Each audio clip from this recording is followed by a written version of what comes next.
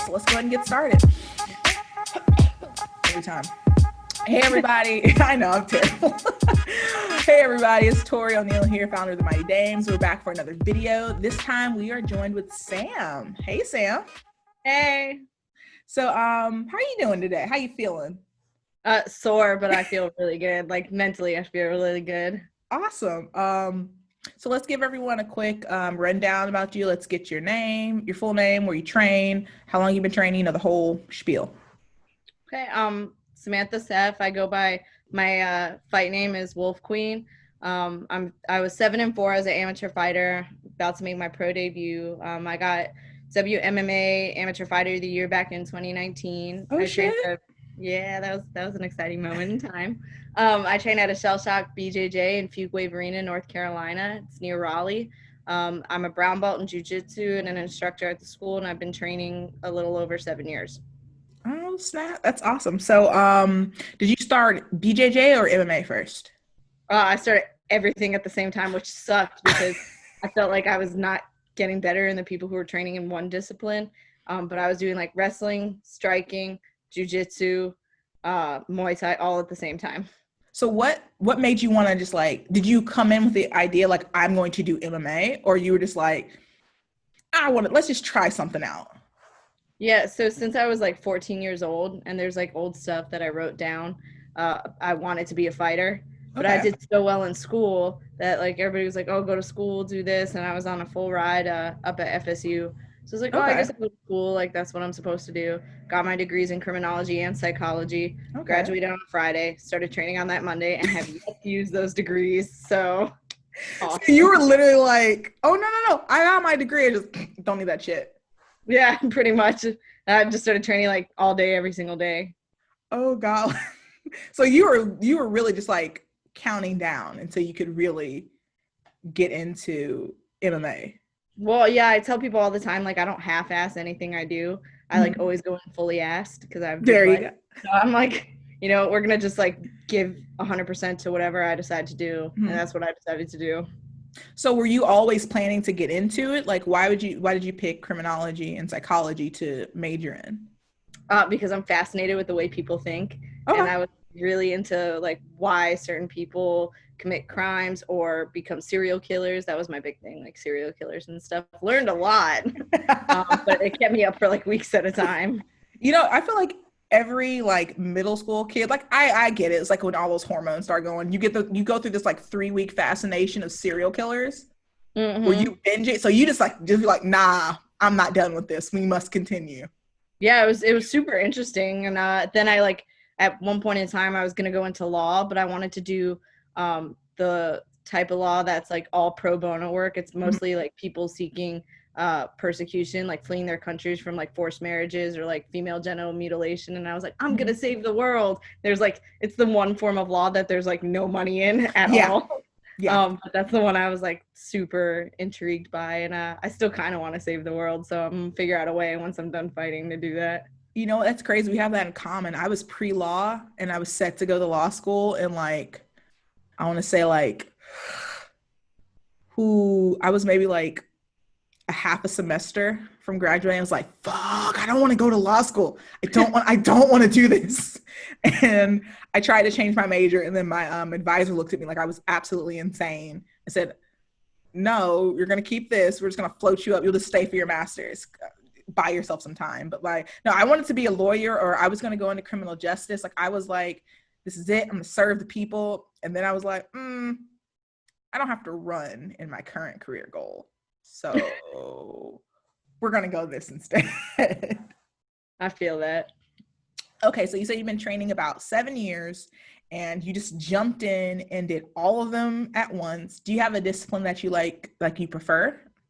I prefer when I can incorporate all of the MMA because I really like, some people predominantly like one thing or the other. Yeah. But I really like working into the clinch from the stand-up and then working my wrestling to get them to the ground, and then once we're on the ground, using jiu-jitsu to start throwing like elbows to the face. Gotcha. So you like to be able to create that flow. Yeah, and that's like all I've been working on lately is trying to work that flow, because most women are really good at it because they have like good movement in their hips, but I'm like very like boxy, like rock'em sock'em robot. So I'm always trying to be like, because they're always like, stop leading with your dick, Sam. And I'm always like, okay, lady, more lady. Oh, that's awesome. It's funny because I started out like I got into jujitsu after watching MMA, and like I knew I wasn't gonna get punched. I was like, fuck all this hitting shit. That's not for me. Um, but I noticed very early on you'd see a lot of girls in. I mean, you see a lot of men too, but in women's jujitsu, like they would come from Muay Thai or jujitsu, So and true. everything else was like, we'll see what happens in these disciplines. So it's cool that you started like I'm doing all of it from the jump. I don't have a super great base in one way, especially like something like Muay Thai and Jiu-Jitsu. It seems like those are such ends of the spectrum that it completely throws you. Yeah, and it's like fighting's so against our instincts. Like we all have like terrible instincts when it comes to fighting. Like most people, if you get punched, like they'll turn away. It's like something you have to train yourself to not do.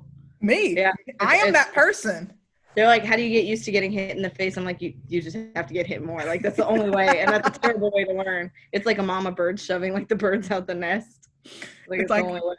Like it always sucks, but you just stop noticing it as much.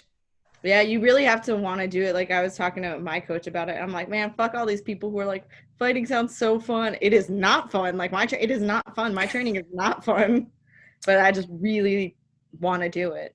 Well, it's funny. I think a lot of things what happen is because like you have a sport like jujitsu, which is like such a high participatory rate, and everyone gets in that jujitsu mentality. Like, man, let's try this fighting thing. And then I think what a lot of people forget is that like even at the elite levels of jujitsu, to really commit to it, it's a career. It's a full job. You have to invest a lot of time into it. And you see it, I know you've probably seen it at your gyms. I've seen it at my gym. We're a jiu-jitsu gym. When they have to turn it up to that just like one tick above, just a hobby, they're gone. Yep. Because it's so true. I mean, it's tough. It is. It's super tough. But I tell people all the time, they're like, how do you stay so disciplined with your training and weight cuts? I'm like, you're motivated by one, like you get paid. Two, you're also motivated by the fact that like, if I don't hurt you, you're probably going to hurt me, because MMA, that's the one difference between a fight versus jiu-jitsu is even in jiu-jitsu competitions, I'm always like, oh shoot, are you okay? Yeah.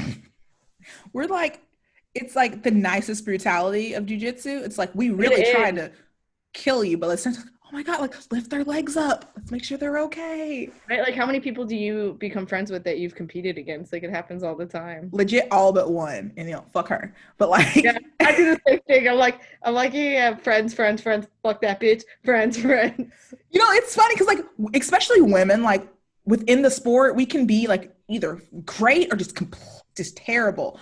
And it seems like no matter how friendly and polite you are, there's always one person who hates you. Yeah. I was truly baffled to find out that someone like legit did not like me, couldn't stand me, did not want to see, like they actively avoided me. I was like, what the fuck? Okay, cool. Fuck you too then. Right, exactly. I'm like, just let it slide. Yeah. So I wanted to talk to you because you're not what we call a traditional dame. You're a little bit you're on the smaller end of the spectrum. So what weight do you fight at? The smallest one at atomweight, it's 105. That's not funny, but that's like almost like 3 of me. I mean, I know that's fight weight, but like I'm sitting there thinking like, I'm also like barely 5 feet tall. Okay, well, yeah, there's that too. Yeah. So which one would you say what do you compete at when you do jiu-jitsu? I don't really cut for jiu-jitsu. I do the up to 118 in the gi. Okay. And then so it's like a couple pounds. Okay. But I've competed honestly like last year, or not last year, at purple belt. I think I won more competitions at heavyweight because I'm just, man, like fuck these people that are like don't compete. I'm like, I'll always compete and like step up so people have matches. And like the people I think how I ended up in the Mighty Dames group was because I was like sticking up for somebody that said like she overheard people saying she only won because she was bigger than them, and I was like, fuck those people. I got so mad. I was literally like, no, like, because I hate that excuse because like everybody's bigger than me, and I like, who cares? Like, get better at jiu-jitsu. And I was like, how dare you take away someone else's win? I get so mad at that. Like, Oh my God, I'm so glad you said that. That's my number one pet peeve because I'm on the top end of super heavy. Like, I'm a big girl. I'm a thick, I'm a solid person. So like, even the girls in super heavyweight were like, fuck, here comes Tori. So I actually like that you've floated up to compete at higher weights, because we see that's the one good thing about jiu-jitsu is like no one is telling you to cut weight here, just kind of go wherever you go. But we do see that a lot, that when you hit about that 160 range, that's when I see people trying to cut to keep it down. They don't want to go up to those bigger weight classes, which especially because like certain divisions, like it's like 175 and up, like there's no cap. But what I tell like who cares, just compete. See, I think the good thing about me doing MMA is I'm not as worried about jiu-jitsu. Like I leave my ego outside of it, and if I feel like I'm in danger at all, even if it might not be from a submission, just like from a weird position or something, like I'll tap. And you won't be walking around be like, oh, well, she only got that because she was big. No, like, why'd I let her get on top? Like, there it's you like go. that. Okay. So you think that MMA has definitely like kept you somewhat humble in the other disciplines? So like you learn kind of quickly, like, shit, if they got it, they got it. Yeah, that, and like, having to train with like the gym I had started at, it was all like massive guys, and like guys' strength is so much different than female strength, and like you feel it in jiu-jitsu. And then people were nice to me at the beginning, then once you start getting some skill, people are not so nice to you. They don't care. Exactly. So I mean, I probably get humbled in the gym like at least 3 times a day, every day, plus at home too. So like, Oh God. So I asked you before we started the interview, like on average, how much do you train in a day? Like now I know you're not preparing for a fight, are you? And then, well, there might be an announcement. Okay, never mind. We'll keep that on the hush. But let's say, hypothetically, if you were training for a fight, which we're not saying that you are, how much would you be training like in a day? So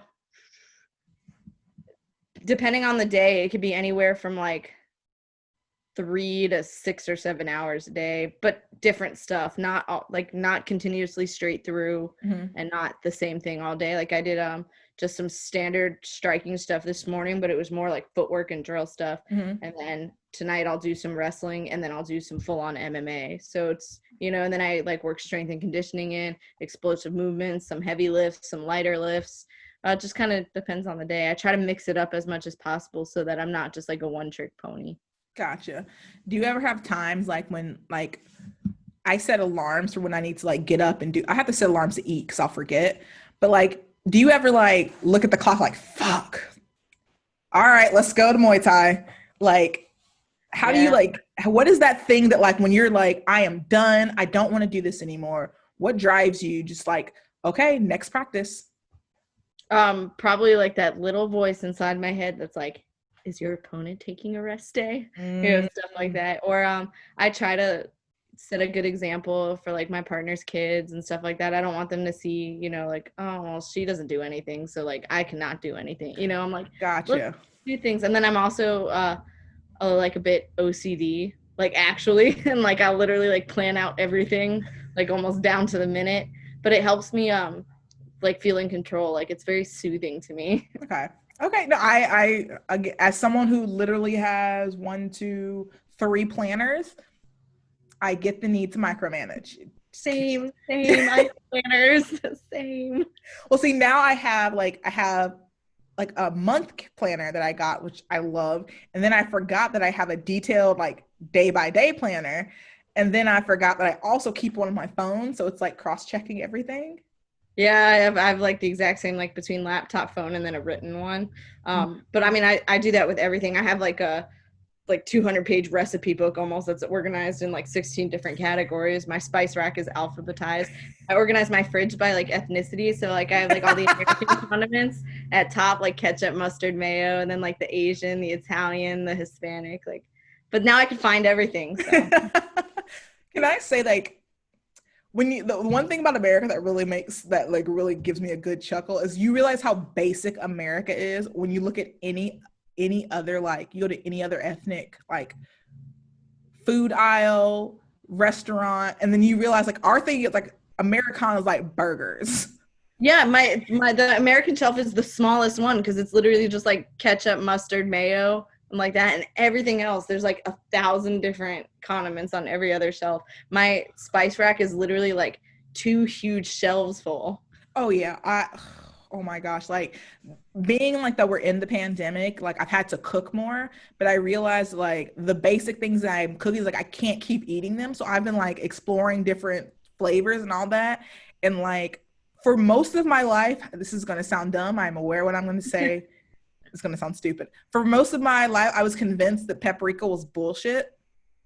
I refuse to believe it. Did not have a taste. It was purely for color. There was nothing positive about it. And then I got smoked paprika and my whole damn life changed. I was like, oh. Oh, good. Or like I'm finding out now that a lot of people didn't know what like tahini was, and like in Miami they put that on everything, like fruit and like savory foods. And I'm like, y'all don't know about tahini? Oh my gosh. I got one of the rotating spice racks now.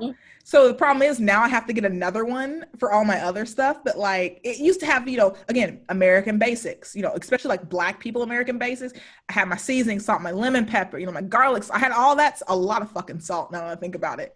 And now, now I'm looking, I was like, ooh, what do we want to try today? Like, ooh, do we have cumin? I'm like looking at all these things that like I just didn't try, because if you make typical American food, you don't really need anything besides salt, pepper, and an onion. I never realized how spoiled I was growing up in Miami and like trying so many different flavors and foods. And that was, I think, probably my biggest accomplishment, is that I introduced the kids to all these like new flavors and stuff.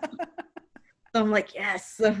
It is funny when you have when kids get out of that picky stage, they don't want to eat everything and they're actually open to it. They're like, what's that? Can I have a taste? I'm gonna try a little. I like that. That's good. Right, it's the best. And my house always smells so good. Like, that's the best part. When did you move from Miami? About 7 years ago when I started training, because I lived in Miami, went to school in Tallahassee at Florida State, and then you're just like, I'm done with Florida. Yeah. Oh, I had to get out. So you're born and bred Florida person? And then I was actually born in New York. Okay. And lived in New York and New Jersey until I was a little over 9 years old, almost 10, and then moved to South. Okay. Probably adolescent, teenage Sammy Miami years. Sammy Miami. Look, like, I tell everyone who hasn't lived in Florida, like, Florida's a very weird southern state, because we're very much the South, but like, depends on where you go. Yeah, they say like once you go past Orlando, like it's different. It's complete. Well, it's funny because like, so I live in Central Florida. I live right in the middle. So I live like 40 minutes north of Orlando. So it's like the Orlando Strip is one thing. Miami's a whole different state. I don't care what anyone says. Like, that's a whole thing. And then you go to Orlando, and then you have Tampa, and then anything like above, you start getting above Orlando, it's like straight country. Yep. Rural, that's where the country part is. Everything up there, because that's where you get all the Florida man things from. It's from that little area. Yeah, in Miami, the only like Florida man things you get is like the people who are like messed up off of like PCP, like off of like really designer random drugs that you've never. Wasn't like the whole bath salt thing? Wasn't that down in Miami? Yeah, where like the dude ate that woman's face. Yeah, that was Miami. It's not funny, but it's funny. And I was like, I grew up right around the corner from there. I used to get offended when they say the Florida man things. I was like, we're not that bad. And then, especially with everything that's been happening lately, and I've been looking at, you're part of like the word of mouth pages of your city or whatever. And I see the stuff that people put, it's like, wow, I take it all back. Yep, true. This is some Florida man shit we're seeing right here. So how have you and your family been coping with the whole COVID tied in with like extreme civil, like everyone going crazy and everyone's like protesting? Has it like touched your family a little differently?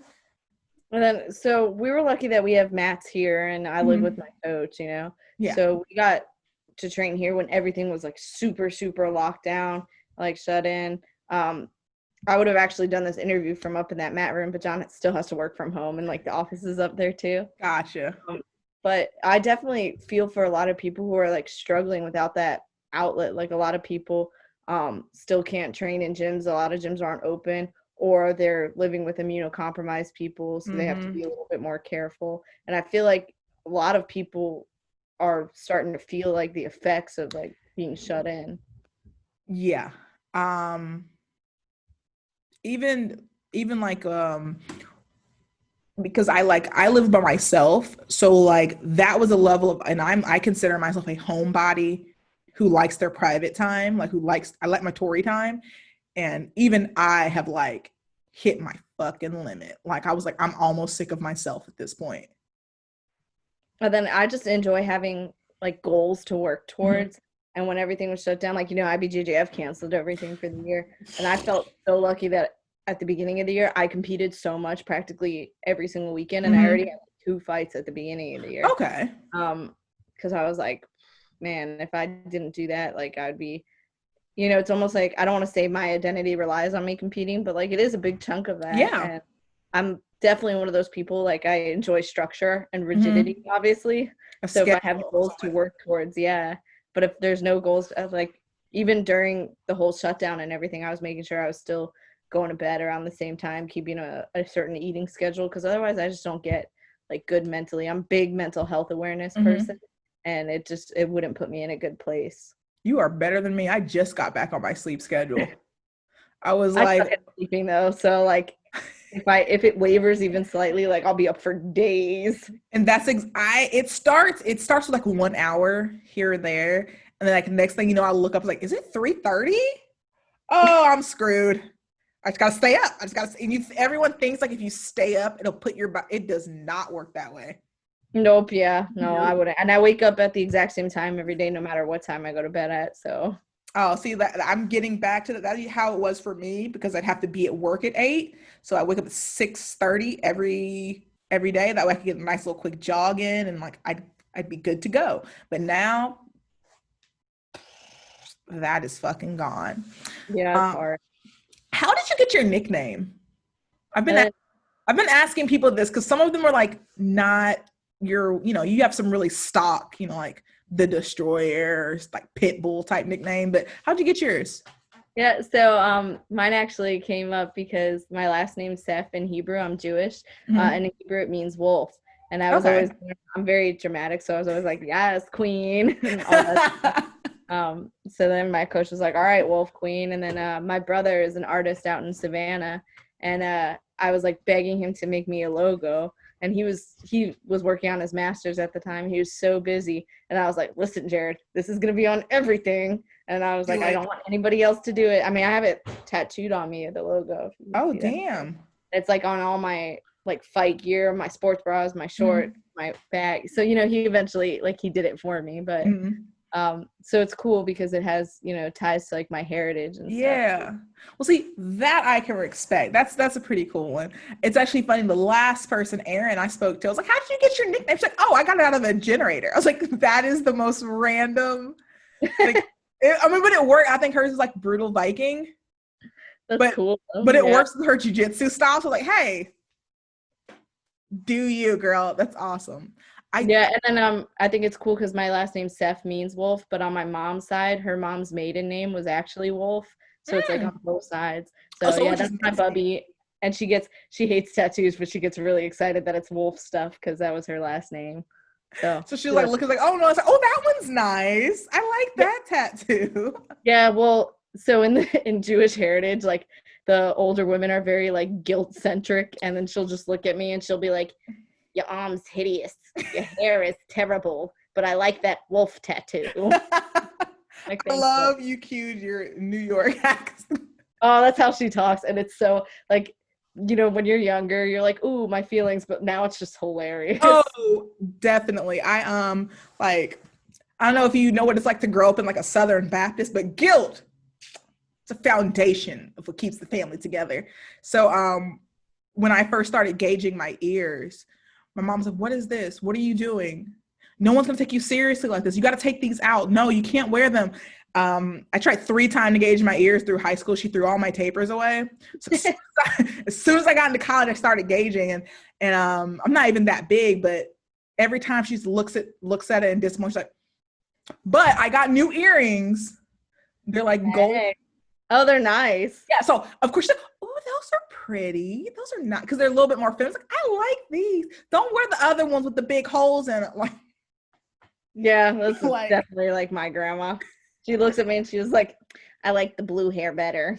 Like, okay. They're like low-key savages though, right? Like grandmothers. Oh, savages. Like, I think it's like having to raise their kids in like whatever situation that they had it in, and they reach, and you know what? I'm truly waiting to hit this fuck it point of my life where they can cut you down so quickly, but you're kind of hurt, but it's also hilarious, so you don't know how to feel about it. Oh my God, it's so funny to me now. I just like start, because it's always at me. Like, she's so nice to like John and the kids. So I'm like, oh, this is great. She's like, oh, you look beautiful. You look this. And she'll look at me. Oh, Samantha, you look like a woman today. Oh my God, thanks.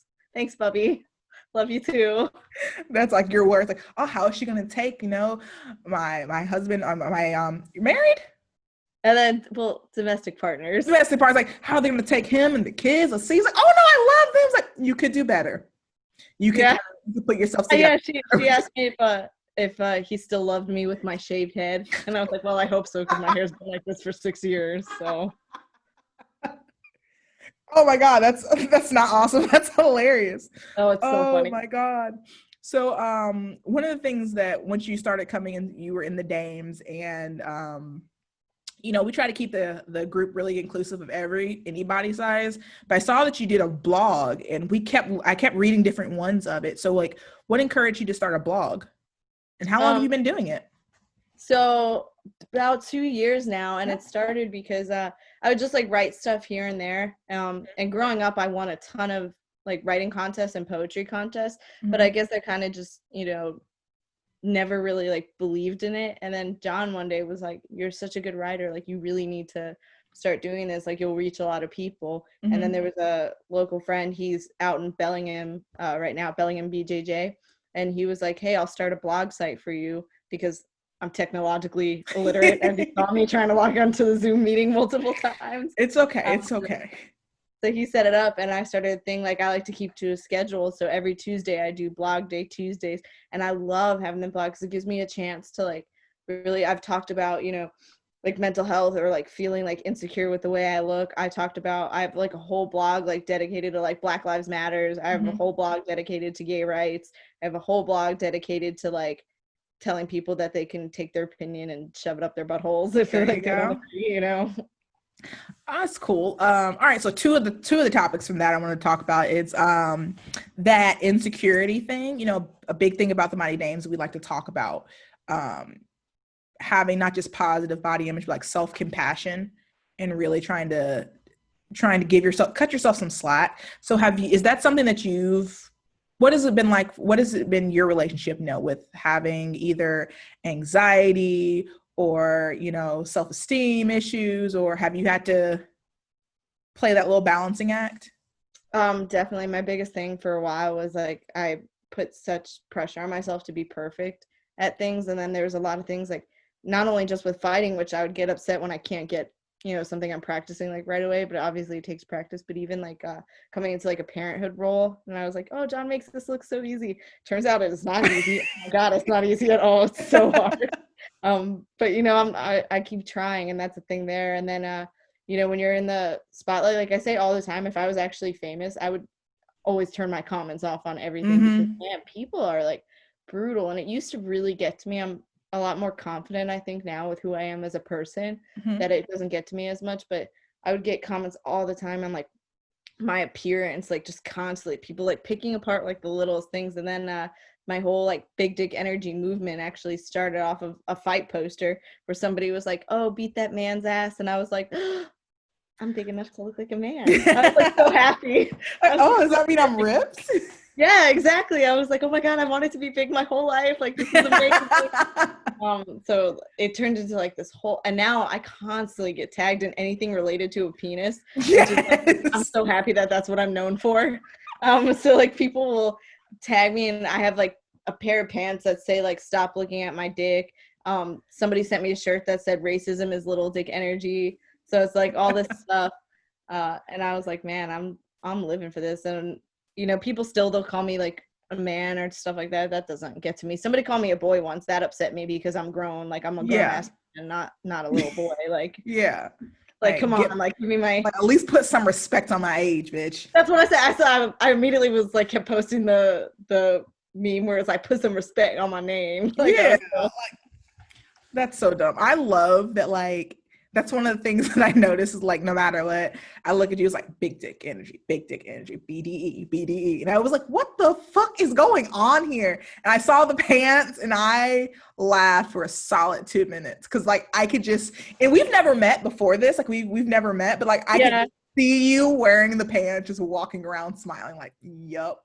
Yeah, I'm always in like such a great mood when I get to wear my dick stuff.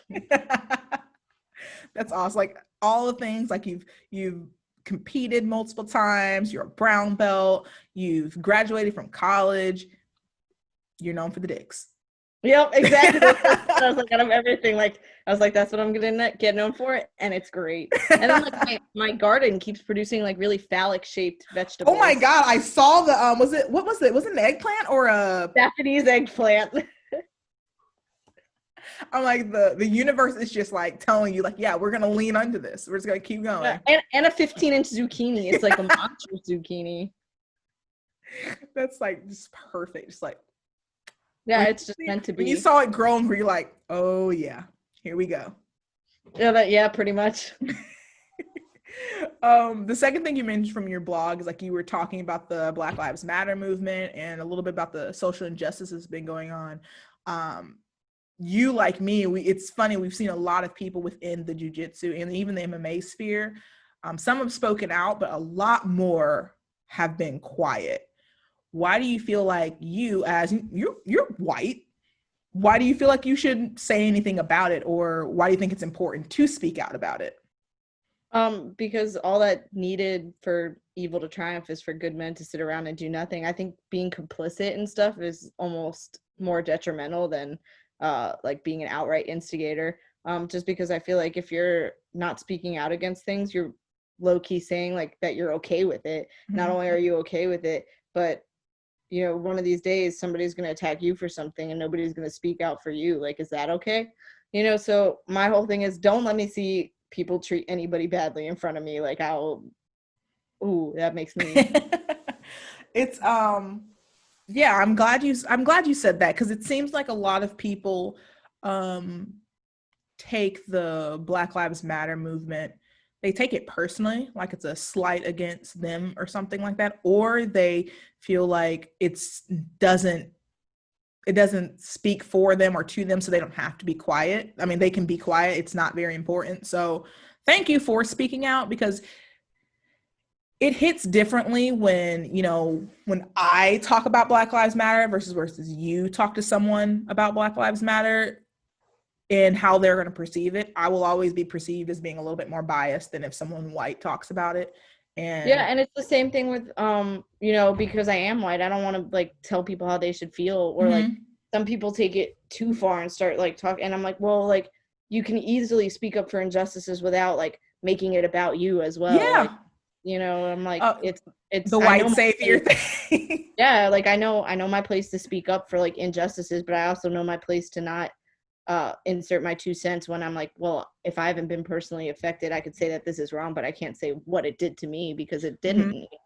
Yeah. Well, see, and I think that's that fine balance that people need to like learn how to walk, that like you can be an ally and you can support without like trying to take over. You saw this a lot with like the feminist movement like a couple of years back when we got like a lot of men coming. I said the exact same thing the other week. We're male feminists, and we're like, low key, glad to have you. You can't take a leadership role here because you're doing exactly, you see what you're doing here, right? But you saw a lot of like male feminists start to like create groups. And I'm like,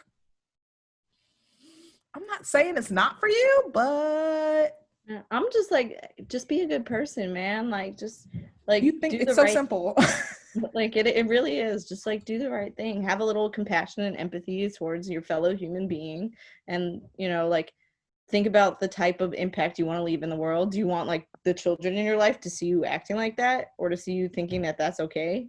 It's the stuff like that. It's the same thing with like the whole De La Riva thing that came out, and like I'm very lucky that a lot of the instructors in the area and like our local community, man, like people really like, made comments and let it be known that stuff like that's not okay. But you've seen in how many groups like women talking about situations and I'm like, does your coach not say anything? Like this would never happen at my academy, not just because I'm with the instructor, but like he wasn't even my instructor when we first started dating. Like I was training somewhere else until a year of us being together before I like switched over to a student, because even he says like all the time, like if I'd been a student beforehand, like we would never be together, because that's, no matter what way you look at it, it's like a leadership role versus like somewhat subservient role. Like you can't start a relationship like that. Yeah. It's isn't it weird that like I'm probably gonna go on a tangent too, but I think you're gonna ride the same wavelength as me. I've been listening to like a lot of different podcasts and a lot of different content and all that shit because I had nothing but time.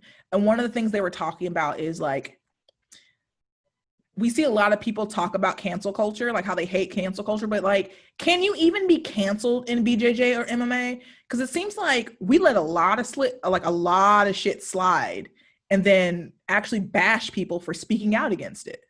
Yeah, it's true, because people, they think of like, like, oh, well, this person's a legend and they did so much. Like, okay, they're still a shitty person. And no, like like I said, I'm very lucky that the local area was like, no. Even one of the guys from our school was like, hey, what are we gonna call this guard instead? Like people, I'm surrounded by good people, and I feel very fortunate for that. But I also would never have began training with people or at a school that I was like, I don't feel like 100% like this would be conducive to the atmosphere. It's crazy because I do think that like we have come a long way. I'm gonna talk like I've been in here for a long time, but like there's been progress in getting women into the sport that we perceive that as like, look, we're here. It's all good. But a lot of people do have to ignore a lot of stuff or just put up with it. And I think the main comments that I saw were like, well, that doesn't happen in our gym, therefore it doesn't happen. Oh, I hate that. I hate that. And I feel like that's the mentality for like every other thing that's going on. Like it doesn't happen to me, therefore it clearly doesn't exist. That's 100% the mentality of everything that's going on. And it's like, they're like, oh, well, I haven't seen it personally, so like it must not be true. Like, like you can be skeptical of things you don't see personally, but you also have to like value the things that you're hearing and take it in and maybe learn from it. But I guess that's asking too much from.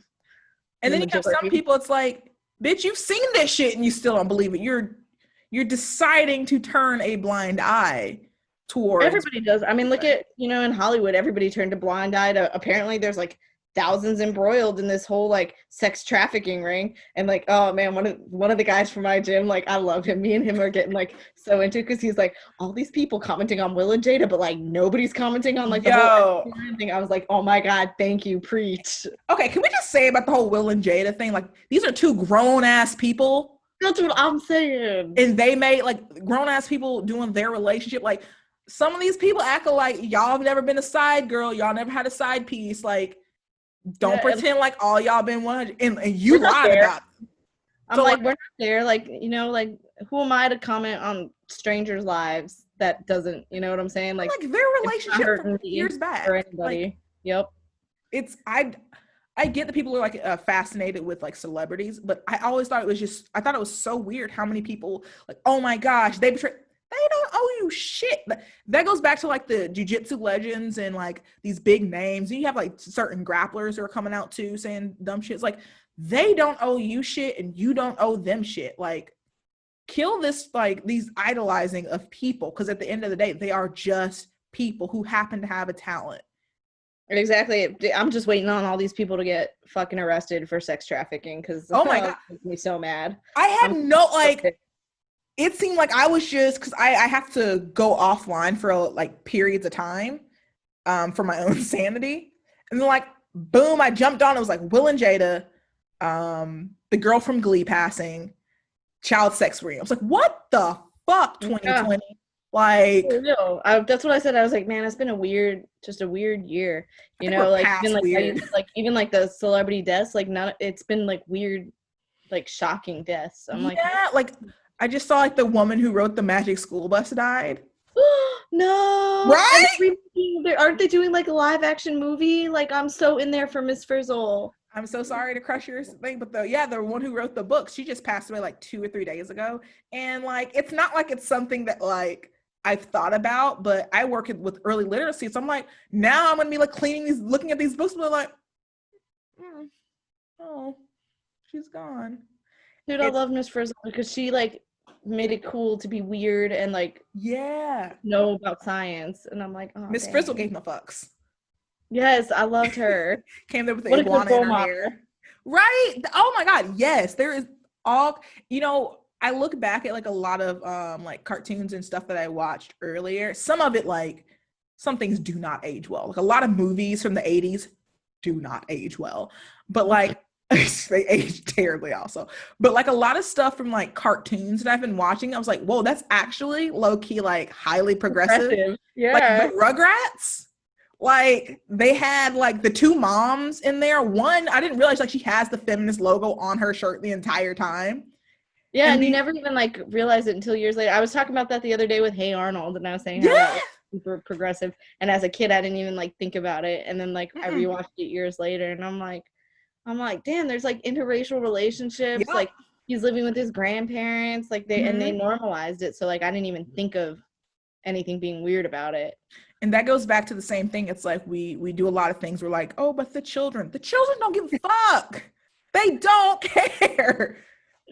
Unbothered by any of it. Like, also when you look back at the Rugrats, you're like, oh my God, these children should have been taken away from these parents. This is clearly child endangerment in every fucking like how did they get out every time? Like, you think of the plausibility, like I remember distinctly when the Rugrats movie came out, because we went to theaters, like we were fucking ready. But then you stop and think about it, it's like, wait a minute, so you're telling me that 5 little white babies were left in the jungle and survived?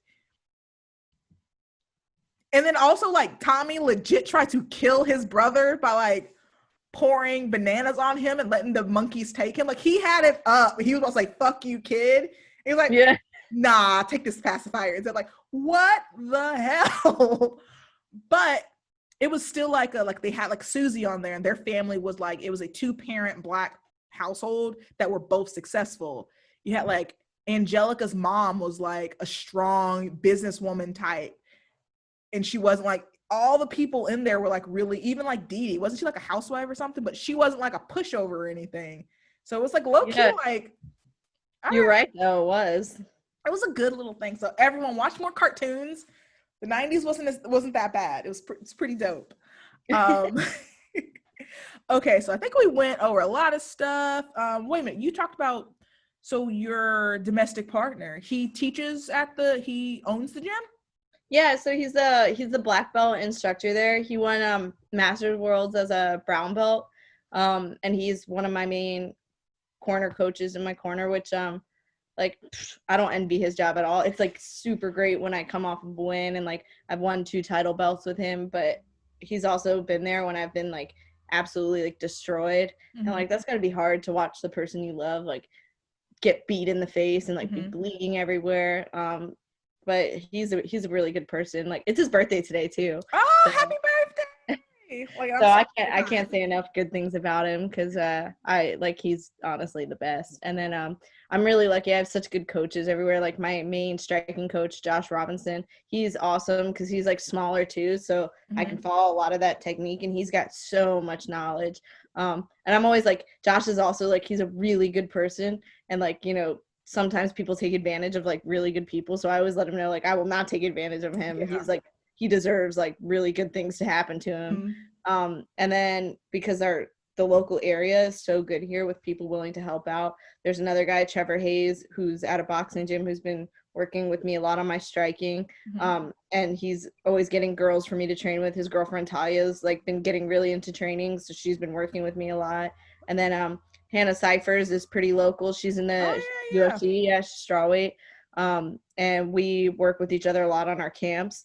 And her coaches, Tiago Silva and Joel Garcia, they work with me a lot. We get a bunch of girls coming into the area. So it's like a really good community where I can get in a lot of training and people so willing to help. But, you know, of course I'm biased and I'm going to be like, like best team in the world, best coaches. But yeah, no, that seems like you have a really good positive environment around you. And especially at a time like this, that's like critical to like just keeping your spirits up. Yeah, it definitely is. Cause John and I talked about that too with, we were saying like with the whole shutdown going on, like people are probably spending more time together and learning. Maybe they don't like the person they're with so much. They have like very differing, like either like political views based on like the virus or like the protests or stuff like that. And I'm like, man, I was like, I'm so lucky that we are very similar in our thought process. And like, I was like, yeah, if anything, I was like, I just learned that I love you even more and like we're good together. But I was like, man, there's got to be a lot of people that are like, this person's not for me. Well, it's funny because like I do on my personal Facebook, I do a thing like once a month, like, hey, ask me a question about anything. And they, I want to say it was like in May or like late May. They're like, what's one of your biggest regrets this year? And it's like, oh, I dated a Trump supporter.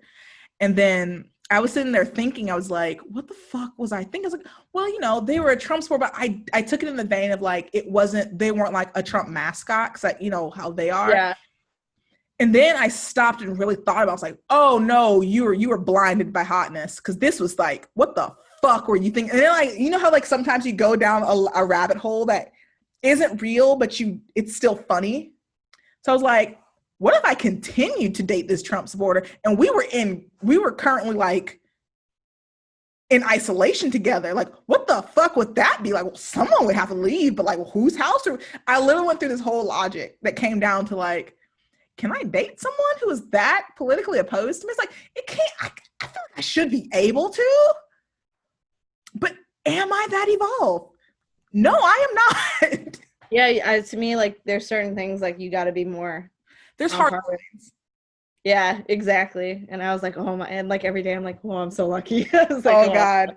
I never thought that like politics would be such a harder, like, it's like it was a line, but lately it's just been like, we've been drawn under it, like circling, like we can't, I don't know. And it's not even a Democrat, Republican, or independent thing. Cause I feel like, because I come from like, it's a misconception, but like a lot of Black people are very conservative. So I have plenty of Republicans in my family. I'm like, oh, I know Republican. But like, you know, like I'm used to, I realize how it sounds like I'm used to conservative values being in the South.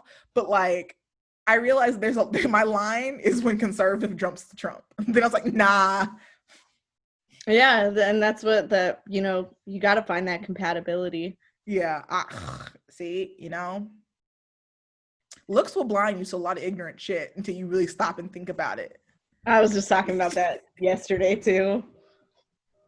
And you realize people are like, they're not as witty, or they're kind of like, yeah, you know, just like not on the same page intellectually.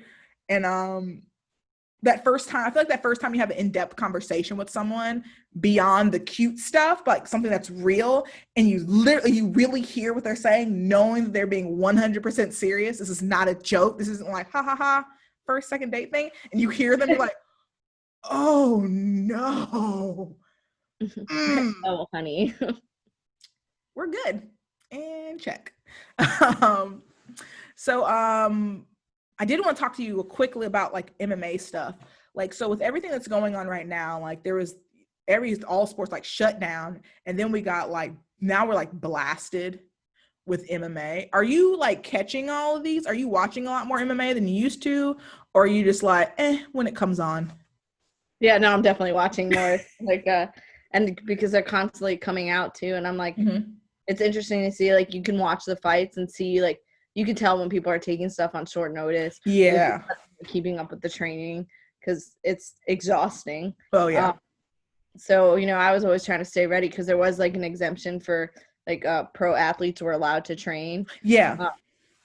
And especially because there were some promotions. At first it was just the UFC, but other promotions are opening back up and stuff now. So I was like, oh man, like, and then I went through a period where I was like panicking. I was like, what if I get a call from like a really big promotion and I'm not gonna be ready? 2 weeks. Yeah, exactly. So I was like, time to get ready.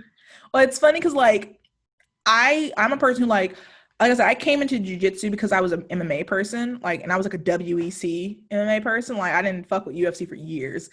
And WEC was great. We had Miguel Torres. Oh my God. Like WEC never died. That was like the shit. Like I started watching amazing. I started watching it like I think when it was like Jose Aldo's like first or second fight in the organization. That's when I started watching. I'm like, what the fuck is this? Yeah. I'm in. Which is why I'm like, I'm a Jose Aldo mark. Like he can do no wrong to me. He can do it. Yeah, you sound like me because like somebody was like, why are you pulling for him this fight? And I was like, because I watched him forever. Like, yes, man. The biggest like crushing thing is like when you watch sports for so long and you see, because like realistically, like your prime in MMA is not, unless you're a fucking heavyweight and you can just fight forever. Like there's a small window of when you can really be hyper competitive, especially in that like 145, 150, 170 range of men, that it's like hyper competitive. And like he was so good like, did you not see when he double kneed? You don't get it. He's like, one of the goats for sure. But like Miguel Torres, I remember that, and like Brian Bowles, and like I remember watching all of these fights. Yeah, when Miguel was at our school, like I took privates with him, and it was right before my title fight, and I won my title fight. And was like using a lot of the stuff he showed me because he was what a freaking plethora of knowledge. Like, dang. That's like, but besides that, like I don't watch jiu-jitsu. I've tried, can't do it. I know there is value in it, but like I can't watch besides like little kids doing jiu-jitsu because they're fucking hilarious. But anything at the higher, anything like purple belt and up, some purple belt, but like purple belt and up is when we start playing the game. But anything above that, I can't watch it. It's like every now and then you get a fun one, but like at that point, everyone's defense is so rock solid. Yeah, I know what you mean. But like MMA is like, but someone else can get punched in the face. So yeah, fuck it. Blood. But it has been good. Like I've been a person who like, because there's no other activities, not that I watch anything else, I've been like watching everything from like prelims to end. Yep.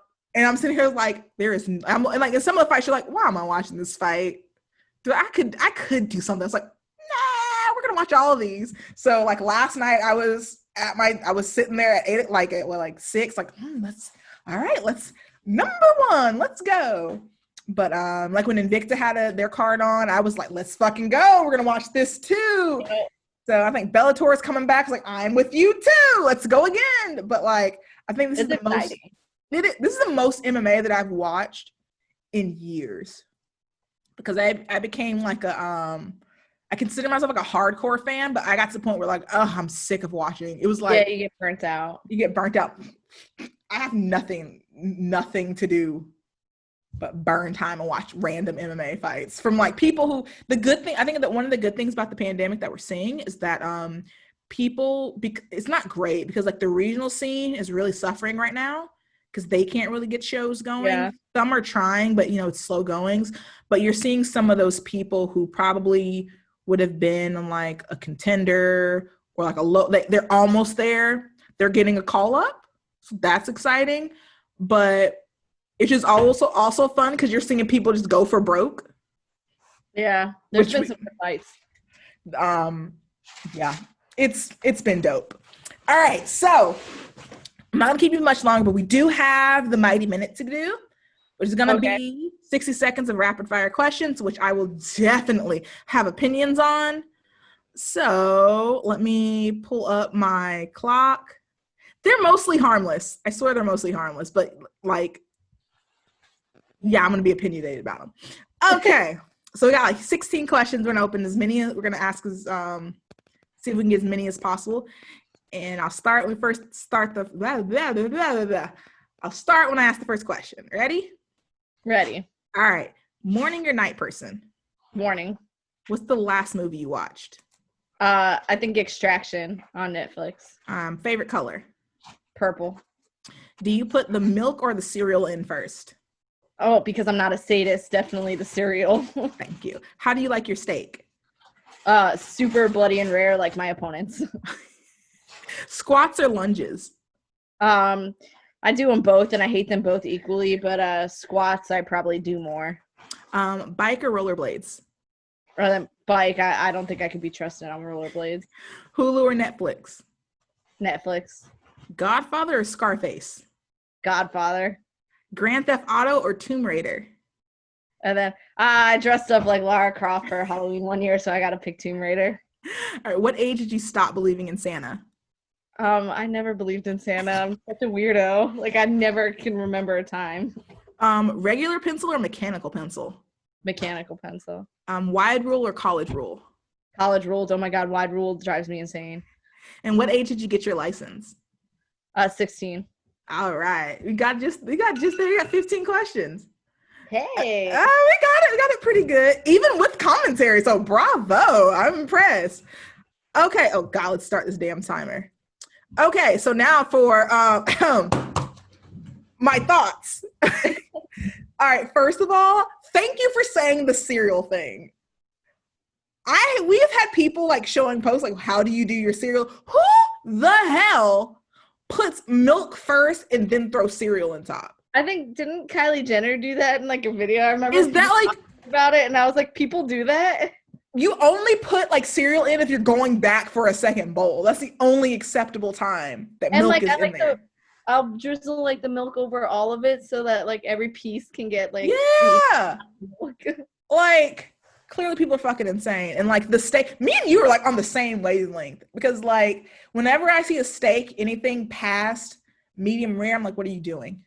Oh my God, especially if it's like a good cut of meat. And I'm big on, I always like to get steaks after a big fight with like a weight cut and stuff. But just because it like, I don't know, it reinvigorates me. I'm like, the first time like I had a real, like a good, not like, you know, you go out like a Chili's or something like that. When you go to like a steakhouse, you have a good steak and you're like, why the fuck is steak sauce a thing? And you're like eating it, you're like, oh, I get it. But like I went to a steakhouse and my friend ordered it like medium well and just sat there and stared for a solid 5 minutes. Like, what's wrong? You are a terrible person. Oh my God, nothing beats like such a good cut, like where it's just like perfectly cooked like that. We got a smoker and it's like my favorite invention. Ooh, okay. I can appreciate a smoker. It makes steak taste like candy almost. It's so good. Let's see here. Squats and lunges. You're right. They're both trash. I hate, my legs are so sore right now from like day yesterday where I did squats and lunges. I will say that like I hate lunges more because there's a balance aspect that goes I think that's the reason why I'm like I do more of squats. With squats you're like this sucks, but at least you're here, you're pretty stable, right? When you start lunging it's like, oh, this can go a bunch of different ways. And lunging, instead of just going up and down, you got to go forward too. See, it requires walking. We don't need any of that shit. Let's say rollerblades. Like, look, I tried rollerblading at the beginning of the pandemic and tried one time, gave my rollerblades away. Yeah, it sounds fun and like adorable. Like, I'm like, oh, that's so cute. Like people rollerblading, but I was like, I don't think I could be trusted to not like tear my knees up or something. It's one of those things that you've done, like you did as a kid, that you just remember having so much joy from it, and then you try as an adult and you realize like, oh, I'm aging.